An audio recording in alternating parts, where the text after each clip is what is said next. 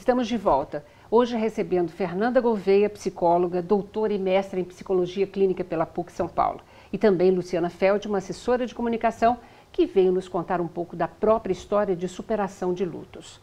Então, continuando a nossa conversa, né?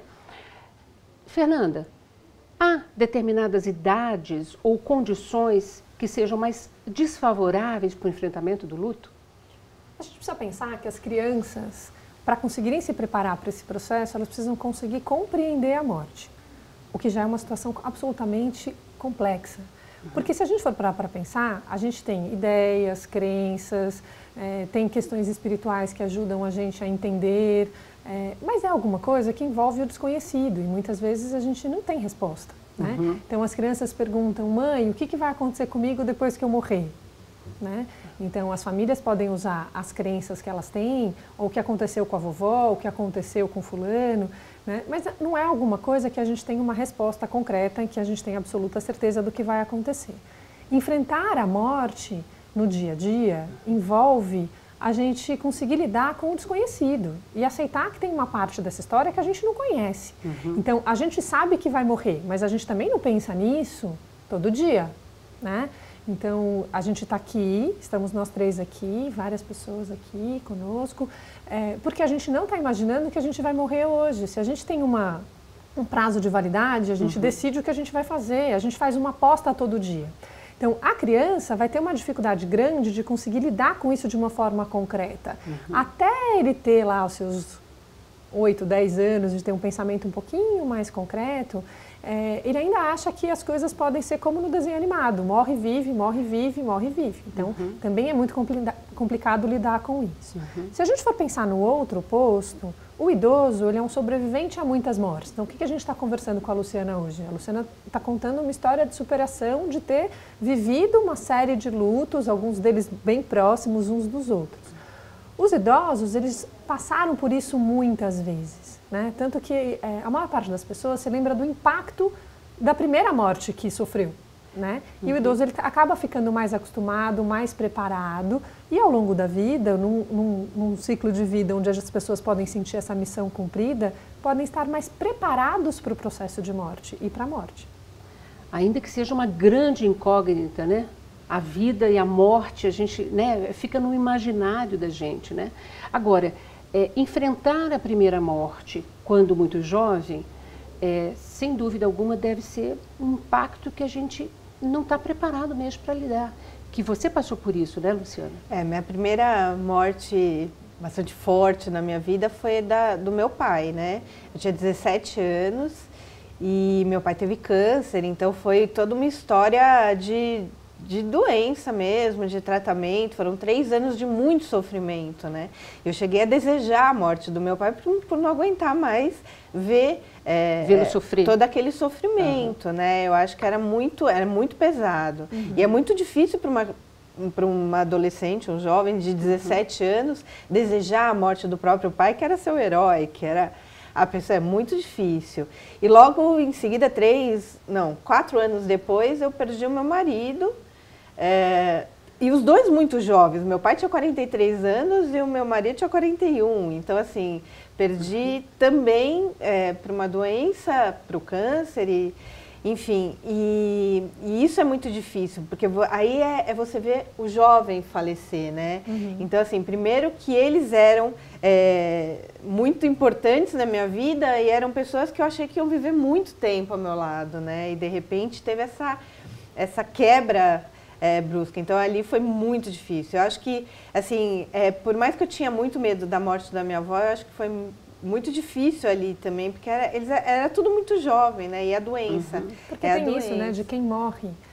Tem uma questão que, assim, quando alguém morre e é idoso, a gente fala, mas já estava com 95, mas já viveu bastante, mas estava doente, mas estava em sofrimento. E a gente cresce ouvindo isso também, né? Então, as crianças imaginam que quem morre são os bem velhinhos. Então, as pessoas, assim, que não estão tão próximas a ela. Quando você tem uma morte de alguém mais jovem, né? Ou quando você tem uma morte de jovens. É como se fosse antinatural, né? Tem um impacto nos jovens muito grande, né? Os jovens têm uma rede social gigantesca, então se a gente vê assim, um velório de jovem é um velório lotado, tem milhares de pessoas, né? Então é uma comoção, tem toda essa questão do...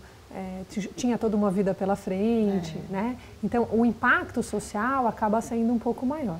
A criança e o jovem, eles ainda têm um imaginário de que quem morre mais são os idosos, né? Até porque o adolescente tem uma questão, né, da onipotência, de achar que vai conseguir superar as coisas e tudo mais. Com exceção das situações de depressão, de suicídio na adolescência, que também é um outro capítulo, mas que também é uma morte bastante frequente, né? Mas que são mortes por suicídio.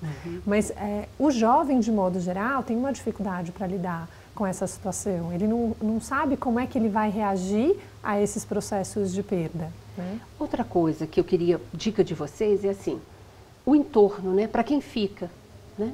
Porque, em geral, a gente não sabe direito como ajudar a pessoa mais próxima que está vivenciando o luto.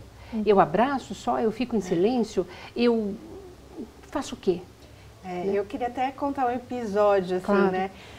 Meu padrasto faleceu no final do ano passado e também foi uma surpresa, assim, porque ele estava bem, voltou, começou a passar mal, foi para a UTI, teve uma sepsemia e aí começou todo um processo de morte, né? Porque daí ele ficou 32 dias morrendo, né? E no início a minha mãe não admitia a morte. Quando a gente falava, mãe, você tem que ir se preparando, pode acontecer. Ela reagia de uma forma muito difícil até de lidar, né? Bom, enfim, ele faleceu e aí a gente não sabia muito como agir com ela, porque eu acho que a primeira coisa é pegar e trazer para o teu colo, né? E ela falava, eu preciso do meu tempo, eu preciso viver esse luto, né? Foi bem diferente da minha reação. Eu me joguei no trabalho, ela precisou viver aquele luto, chorar, ficar no canto dela, e nos procurar no momento que ela queria, em que ela precisava, né? Então, assim, para mim era meio tipo, ela vai se entregar? E depois eu falei, não, ela está vivendo aquele momento dela, né? Então, as reações, elas podem ser muito diferentes, né? Mas acho que tem uma questão importante que você traz, Lina, que é o tabu que tem em volta desse assunto, né? Então, não falar, às vezes as pessoas estabelecem um prazo, falar, eu vou esperar 3 meses para falar, eu vou esperar 6 meses para falar, aí só vou falar disso daqui a 1 ano, né? Não tem essa regra, né? Não tem essa regra, até porque, assim, não precisa ser um assunto tabu. A pessoa está vivenciando aquilo. Então, os assuntos tabus, eles aparecem quando a gente acha que mexer nesse assunto vai piorar a situação. Então, o sofrimento, ele já está lá. A pessoa não vai chorar porque você falou disso, né? Então, muitas vezes, quando a gente está lidando com um processo de perda, né? E aí, numa situação, por exemplo, de um apoio psicológico, que essa pessoa precisa disso, às vezes as pessoas falam assim, o psicólogo faz as pessoas chorarem. Eu digo que a gente deixa as pessoas chorarem, o choro já está lá, o sofrimento já está lá, né? Eu trabalhei muitos anos dentro de UTI, né? E eu me lembro muito dessa experiência, né? Tinha uma época que até a equipe de enfermagem falava assim, mas os meus pacientes estavam ótimos, você foi lá e fez eles chorarem, né? E eu deixo eles chorarem. A questão é assim, como se aproximar dessa emoção?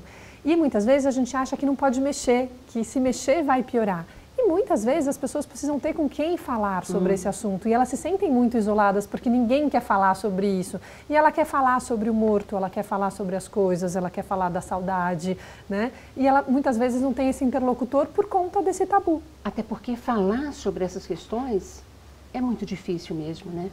E esse acolhimento das pessoas... E ouvir também, essa que é a questão. Ouvir é muito difícil porque, também. As pessoas não falam sobre esse assunto porque ela vai sofrer. Claro. Mas também porque a pessoa está com dificuldade para ouvir aquele assunto. Então fala assim, mas eu não quero ouvir essa dor, né? Porque dá medo. Ou seja, a importância mesmo da gente lidar com a questão da morte com muito mais naturalidade, né? É isso mesmo. Eu acho que... No meu caso, assim, eu fui entendendo um pouco a morte, né? Eu acho que já foram tantas, que assim, eu acabei entendendo um pouco a morte, criando sei lá, uma casca, vou dizer assim, que já não... Não é que eu não sofro muito, só eu sei quanto eu sofro, mas quando a minha avó faleceu, quando eu cheguei em casa, eu quis ir para o cabeleireiro. Né? E aí as pessoas falam, mas como assim? Ela acabou de vir do cemitério, ela quer ir para o cabeleireiro? Sim, porque tudo que a minha avó mais queria é que eu tivesse linda. Então, eu queria ir para o cabeleireiro para ficar linda para ela. E segundo, porque eu precisava estar com gente. Então, não queria ficar em casa sozinha. Eu não queria ficar sozinha. Então, assim, ninguém entende o que está por trás daquele luto, né? Daquelas reações de cada um. Isso foi muito bacana, né? Esse comentário da Luciana, porque muitas vezes esse julgamento, esse pré-julgamento do entorno acaba fazendo mais mal do que bem. Porque esse assunto vira um tabu, né? E o tabu, ele aparece quando a gente tem medo. A gente tem muito medo de sofrer, a gente tem medo de ver o sofrimento do outro, eu tenho medo que isso aconteça comigo, né? Então fica parecendo melhor não pensar, né? Fica aquele assunto que fica proibido socialmente. E isso acaba isolando as pessoas. Então, no momento onde ela mais precisa de apoio, ela pode ficar mais sozinha se a gente continuar tratando esse assunto como proibido. Agora, por exemplo, eu já tive muitas perguntas assim, puxa vida, mas eu nunca lidei com uma morte e vai que eu atrapalhe. Então, assim, alguma dica? Como é que a pessoa pode, ela precisa buscar mais informação ou não? Apenas com carinho, com boa vontade já é o suficiente? Eu acho que não tem receita, né? Para a pessoa enlutada, acho que a melhor coisa é o acolhimento. Escutar, ver o que ela precisa, né? Então, assim, com a minha mãe eu aprendi isso, eu deixo ela falar. Ela fala, eu não me entreguei, eu procurei ajuda, eu faço terapia, eu vou trabalhar, eu faço o meu pilates, mas eu preciso do meu momento. Então é isso, é você saber escutar. E eu aprendi também com ela que às vezes assim, um simples comentário que você faça pode ofender absurdamente. Então tem que tomar muito cuidado com o enlutado, né? Da forma como agir. Não tem receita, é deixar acontecer. Né? Mas acho que a gente pode tomar alguns cuidados. Até na sua fala parece um cuidado importante, né? O enlutado não pode se sentir desvalorizado no sofrimento dele. Né? Existem muitos lutos, especialmente os não reconhecidos, que a gente até citou, e falou assim, você não vai ficar assim por causa de uma separação, né? Ninguém morreu. Você não vai ficar assim por causa dessa situação. Então, é como se as pessoas não tivessem uma autorização para sofrer. Né? Então, muitas vezes, quem quer dar apoio quer tirar a pessoa daquele sofrimento como se fosse tirá-la instantaneamente. E isso não vai acontecer, porque a gente está justamente discutindo que isso é um processo que vai acontecer ao longo de meses, né? Então, a gente respeitar esse ritmo. O que pode acontecer em algumas situações, essas pessoas começam a ficar com um luto crônico. Então, eles não conseguem passar para outra fase. Ela fica muito tempo e não consegue, ou só fala sobre isso, não consegue refazer a vida é em função disso. Então, repete várias vezes a mesma coisa. E aí, ninguém em volta quer ficar com essa pessoa, né? Porque ela só fala sobre o luto. Buscar ajuda profissional. É importante, né? Então, porque se ele cronifica, essa pessoa não está conseguindo passar por esse processo. Né? E uma ajuda de psicoterapia pode ajudar no enfrentamento, porque ela vai pensar numa reorganização de vida, ela vai elaborar as emoções, ela vai poder fazer um processo de despedida, se ele não foi feito de uma forma que foi satisfatória para ela. Infelizmente, nosso tempo acabou. O espaço vai continuar aberto. Muita sensibilidade, muito respeito, né? Para a gente aprender a lidar com a questão do luto com muito mais naturalidade. Né? Muitíssimo obrigada pela presença de vocês duas. Obrigada hoje. a você, Lina. Eu que agradeço. Muito obrigada. E obrigada a você também que nos acompanhou no programa de hoje. Se você quiser rever esse ou qualquer outro dos nossos programas, acesse saopaulo.sp.leg.br/TV Câmara SP ou um dos nossos canais nas mídias sociais. TV Câmara São Paulo, assista, fique sabendo. Obrigada, tchau.